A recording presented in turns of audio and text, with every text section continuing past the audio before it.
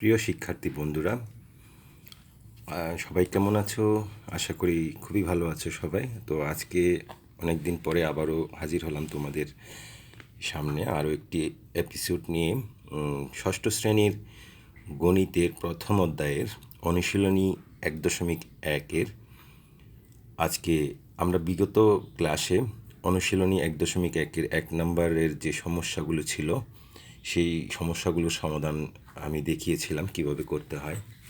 তো আজকে আমি তোমাদেরকে বাকি যে সমস্যাগুলো রয়েছে সেই সমস্যাগুলোর সমাধানটি কিভাবে করতে হয় সহজভাবে সেটি তোমাদেরকে দেখাবো। তো আশা করি তোমরা সবাই খুব মনোযোগ সহকারে ক্লাসটি দেখবে এবং তারপরে নিজেই সেই সমস্যাগুলোর সমাধান খুব সহজভাবেই করতে পারবে এবং আর কখনো তোমরা ভুলবে না এই সমস্যা।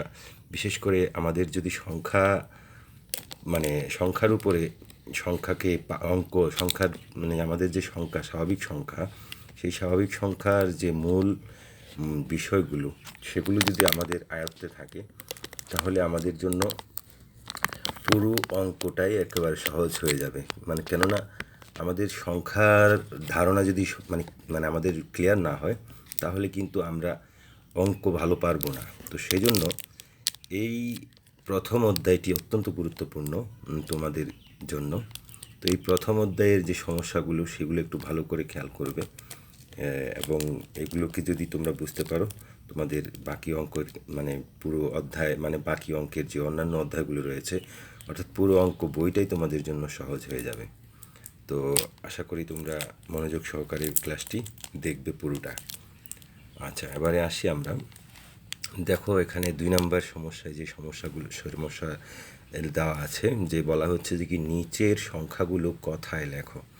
তো কথায় লেখার জন্য আমাদেরকে যেটা করতে হয় যে প্রথমে যে সংখ্যাটি অঙ্কে দেওয়া আছে সেই অঙ্কের সংখ্যাটিকে আমরা অঙ্কটাকে বসাবো। দেখো আমরা এখানে দুইয়ের এখানে ক, খ, গ, ঘ 4টি সমস্যা রয়েছে। প্রতিটিতে আবার 3টি করে সংখ্যা দেওয়া আছে, 3টি বা আরও বেশি 3টি করে দেওয়া আছে। তো আমরা এখান থেকে গ এবং ঘ করব। ক, খ যেহেতু তুলনামূলক ছোট সংখ্যা, আমরা যদি এর চেয়ে বড় সংখ্যা দেওয়া আছে গ এবং ঘয়ে, তো আমরা বড় সংখ্যাগুলো যদি করি তাহলে তোমরা এখান থেকেই এই ধারণা নিয়ে তোমরা ছোট সংখ্যাগুলোর সমাধান তোমরা করতে পারবে। তো সেই জন্যই আমি এখানে গ নাম্বারটাকে প্রথমে করব। গ, দেখো এখানে প্রথমে যে সংখ্যাটি দেওয়া আছে সেটা আমরা দেখে দেখে লিখে ফেলি। দেওয়া আছে হচ্ছে 44 0 0 44 0 0 7 8 5। এই সংখ্যাটিকে আমরা যদি কথায় লিখি তার আগে আমাদেরকে যেই কাজটি করতে হবে সেটি হচ্ছে কমা বসাতে হবে। তাহলে কমা যদি বসাতে পারি তো আমাদের জন্য সংখ্যাটিকে কথায় লেখাটা অনেক সহজ হয়ে যায়, সংখ্যা পড়তে সহজ হয়।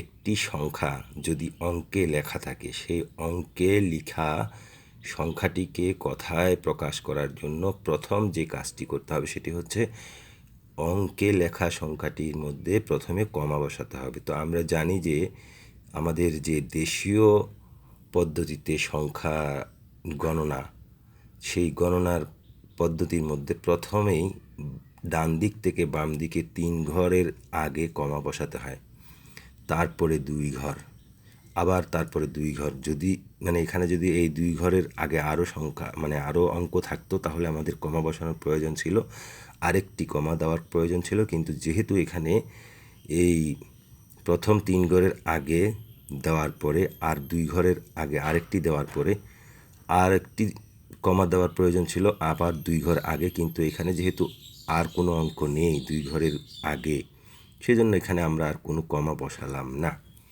তো এখন আমরা মনে করার চেষ্টা করি যে এখানে আমাদের প্রথম যে 3টি অঙ্ক সেগুলো হচ্ছে একক, দশক, শতক।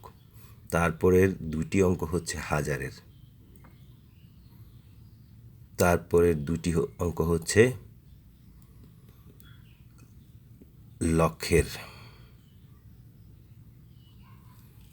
অর্থাৎ একক, দশক, শতক, হাজার, অযুত, লক্ষ, নিযুত, মানে লক্ষের গড়ও দুইটা, হাজারের ঘরও দুইটা। তো এখন আমাদের কি দাঁড়ালো তাহলে? দাঁড়ালো হচ্ছে এই যে লক্ষের গড়ে যখন 44 আছে তখন আমরা বলবো 44 লক্ষ, আর হাজারের গড়ে দুটি অঙ্কই শূন্য, তার মানে হাজার নেই। হাজারের ঘরটাকে আমরা বলার সময়, কথায় বলার সময় হাজার উজ্জ্ব থাকবে, হাজার উল্লেখ করব না। আর রয়েছে কি এককের, দশকের এবং শতকের ঘরে। শতকের ঘরে আছে হচ্ছে 7, দশকের ঘরে 8 এবং এককের ঘরে 5। তাহলে আমরা এটাকে এখন কথায় যদি লিখি তাহলে লিখব এরকম যে 44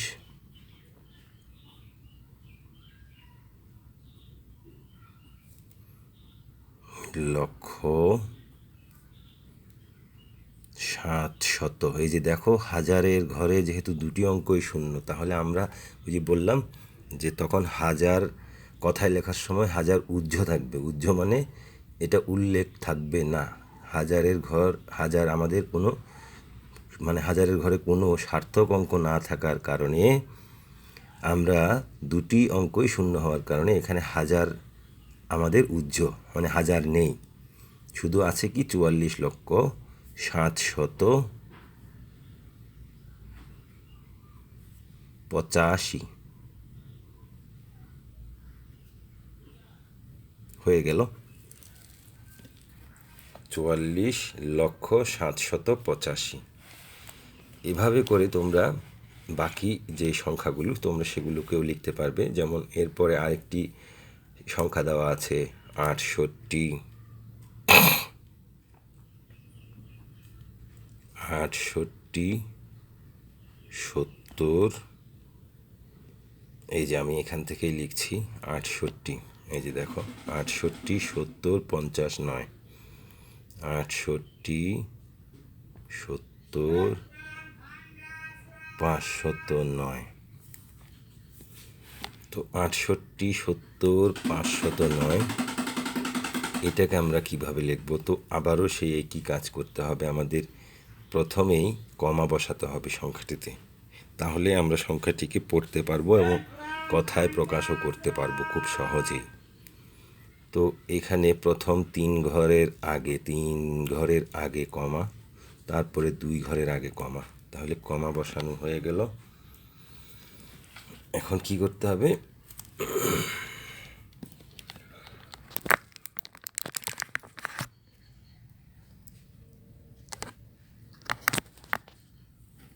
এখন আমাদের লিখতে হবে কথায়। তো আমরা তো জানি যে এখানে হচ্ছে প্রথম যে 3টি অঙ্ক, সেই 3টি অঙ্ক হচ্ছে আমাদের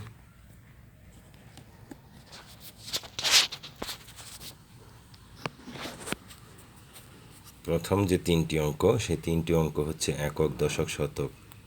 তারপরে 2টি অঙ্ক হচ্ছে হাজার, তারপরে 2টি অঙ্ক হচ্ছে লক্ষের। তাহলে আমরা এখন লিখব কি? আমরা লিখব এটা হচ্ছে 68 লক্ষ 70 হাজার 509।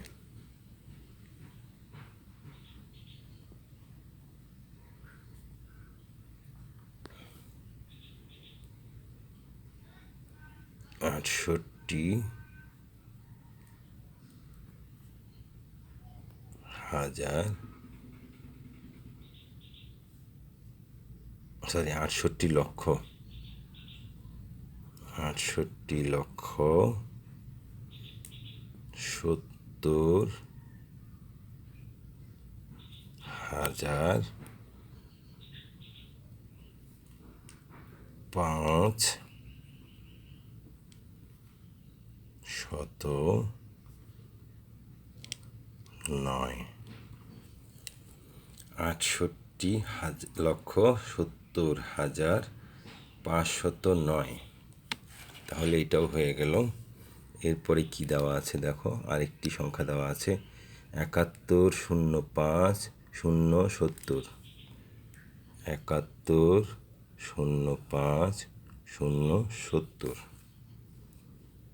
এই সংখ্যাটি আমরা লিখলাম 71, 05, 070, 71, 05, 070। এখন আবারও সেই প্রথমের মতো প্রথম কাজ যেটি সেটি আমরা করব। 3টি অঙ্কের পূর্বে কমা, আবার 2টি অঙ্কের পূর্বে কমা। তাহলে এটা কি? এটা হচ্ছে লক্ষ, এটা হাজার, আর এটা শতক, দশক এবং একক। তাহলে আমাদের লক্ষ্য কত হলো? 71 লক্ষ। তাহলে লিখব 71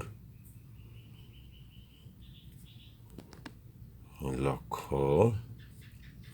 দেখো, হাজারের ঘরে 2টি অঙ্কের মধ্যে প্রথম অঙ্কটি 0, পরের অঙ্কটি 5। তার মানে এটা কত হাজার? শুধুমাত্র 5,000। সেই জন্য আমরা লিখব 5,000। তারপরে কি আছে? শতকের ঘরে 0, তার মানে শত নেই আমাদের। দশকের ঘরে 7 আছে, তারপরে এককের ঘরে 0 আছে, তার মানে কি? 70। সেই জন্য লিখব 70। আশা করি বুঝতে পেরেছ। এরপরে আমরা দেখি আরেকটি সংখ্যা। এবারে হচ্ছে ঘ নাম্বারে। তো ঘ নাম্বারটা আমরা এখানে লিখি। ঘ নাম্বারের প্রথম যেই সংখ্যাটি এখানে দেওয়া আছে সেটি হচ্ছে 50, 87, 70, 03। 50, 87, 70, 03। 50, 87, 70, 03। 50, 87, 70, 03। এই যে দেখো, আমরা সংখ্যাটিকে উঠালাম। আমাদেরকে সবসময় একটি কাজ করতে হবে। আমাদের অঙ্ক করার সময় অত্যন্ত গুরুত্বপূর্ণ একটি বিষয় আমাদেরকে সবসময় মনে রাখতে হবে এবং সেটিকে ভালো করে খেয়াল করতে হবে যে প্রশ্ন আমরা সঠিকভাবে খাতায় উঠিয়েছি কিনা। প্রশ্ন আমরা অনেক সময় দেখা যায় অনেকেই অঙ্ক ভালো পারে, অঙ্ক ভালো বুঝে, কিন্তু পরীক্ষার খাতায় সে ভুল করে ফেলে। এই ভুলটার কারণ হচ্ছে তারা মানে তাড়াহুড়ো করে প্রশ্নের মধ্যে যে সংখ্যাটি দেওয়া থাকে সেই সংখ্যাটিকে খাতায় উঠানোর পরে অনেক সময় সে দ্বিতীয়বার চেক করে না যে আমি সঠিকভাবে সংখ্যাটি উঠাতে পেরেছি কিনা, বা সংখ্যাটি আমি যে উঠালাম খাতার মধ্যে প্রশ্ন থেকে সেই সংখ্যাটি আমি প্রশ্ন থেকে সঠিকভাবে উঠিয়েছি কিনা। তো যদি আমি অঙ্ক ভালো পারলেও যদি সংখ্যাটি যদি আমি সঠিকভাবে প্রশ্ন থেকে যদি খাতায় না উঠাই, তাহলে তো আমার অঙ্কটা আমি যতই ভালো পারি না কেন, কিন্তু আমার অঙ্কের সমাধান করার পরে যে ফলাফলটি আসবে সেই ফলাফলটি তো সঠিক হবে না, অর্থাৎ অঙ্কটিই সঠিক হবে না শেষ পর্যন্ত। তাহলে এখানে একটি গুরুত্বপূর্ণ বিষয় আমাদের মাথায় রাখতে হবে যে প্রশ্ন আমরা সঠিকভাবে প্রশ্নপত্র থেকে খাতায় সঠিকভাবে উঠিয়েছি কিনা এটা আমাদেরকে একটু চেক করে দেখতে হবে। একবার নয়, 2বার চেক করব। আমাদের তাড়াহুড়ো করে কোনো কিছু করা যায় না। কোনো কাজই তাড়াহুড়ো করলে সেই কাজের ফলাফল কিন্তু ভালো হয় না। তো সেজন্যই আমাদেরকে এই জিনিসটি মনে রাখতে হবে প্রতিটি শিক্ষার্থীকে, যে আমরা কিন্তু তাড়াহুড়ো করব না। আমরা প্রয়োজনে আমাদের 100 মার্কসের মধ্যে আমি 100 মার্কস যদি নাও পাই, আমি 80 মার্কস পাবো, এটাই আমার জন্য যথেষ্ট। কেননা আমি আমি যদি 100 মার্কসের অ্যান্সার পরীক্ষায় করে আসলাম, কিন্তু দেখা গেল আমাদের হচ্ছে সেখান থেকে 50% ভুল হয়ে গেল, তার চেয়ে আমার কি হলো, তাহলে এত তাড়াহুড়ো করে এত কষ্ট করে আমি কাজ করলাম, প্রশ্নের উত্তর দিলাম, কিন্তু সেই উত্তরগুলো ভুল হয়ে গেল। তার চেয়ে আমি যদি আস্তে আস্তে করি, তাতে অন্তত আমার জন্য 80 থেকে 90% মার্কস কিন্তু আমি নিশ্চিত করতে পারবো। তো 80 থেকে 90% পাওয়াটাও আমাদের জন্য যথেষ্ট অনেক বড় বিষয়। আর সবচেয়ে বড় কথা হচ্ছে, মনে রাখবে যে পরীক্ষায় নম্বর পাওয়ার জন্য কিন্তু আমরা পড়ালেখা করি না। আমরা পড়ালেখা করি নিজের জ্ঞানকে বৃদ্ধি করার জন্য, নিজেকে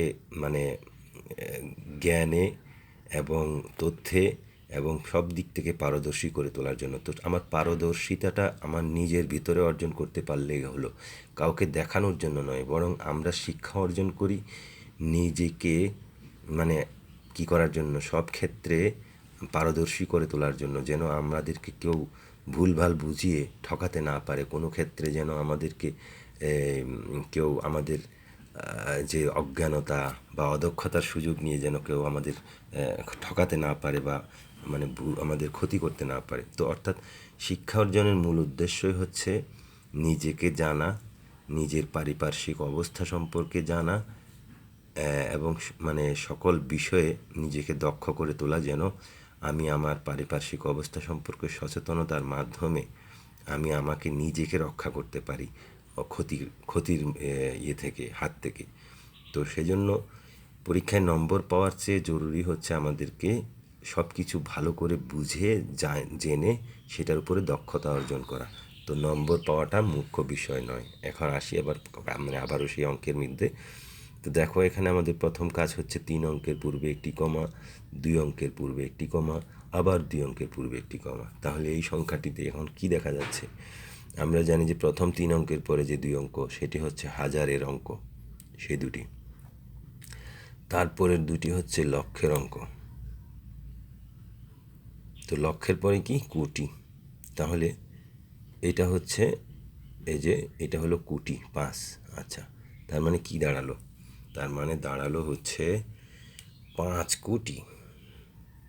আর লক্ষের মধ্যে দুটি অঙ্কের মধ্যে লক্ষের ঘরে যে দুটি অঙ্ক আছে সেই ঘরের মধ্যে প্রথম অঙ্কটি 0, তারপরের অঙ্কটি 8, তার মানে 8 লক্ষ। হাজারের ঘরে যে দুটি অঙ্ক আছে সেখানে দুটি অঙ্কই সার্থক অঙ্ক, তার মানে এখানে দুটো মিলে 77, তার মানে 77,000। আর শতকের এবং দশকের ঘরে 0 আছে, তার মানে হচ্ছে শতকও নেই দশকও নেই, শুধু একক আছে 3। তার মানে কি দাঁড়ালো? তার মানে দাঁড়ালো হচ্ছে 5,08,77,003। এটাকেই আমাদের লিখে দিতে হবে 5,08,77,003। আশা করি বুঝতে পেরেছ। এরপরে হচ্ছে আমাদের আরেকটি সংখ্যা দেখি। এখানে দেখো, এখানে কি দেওয়া আছে? 94, 30, 97, 99। আমরা একটু লিখি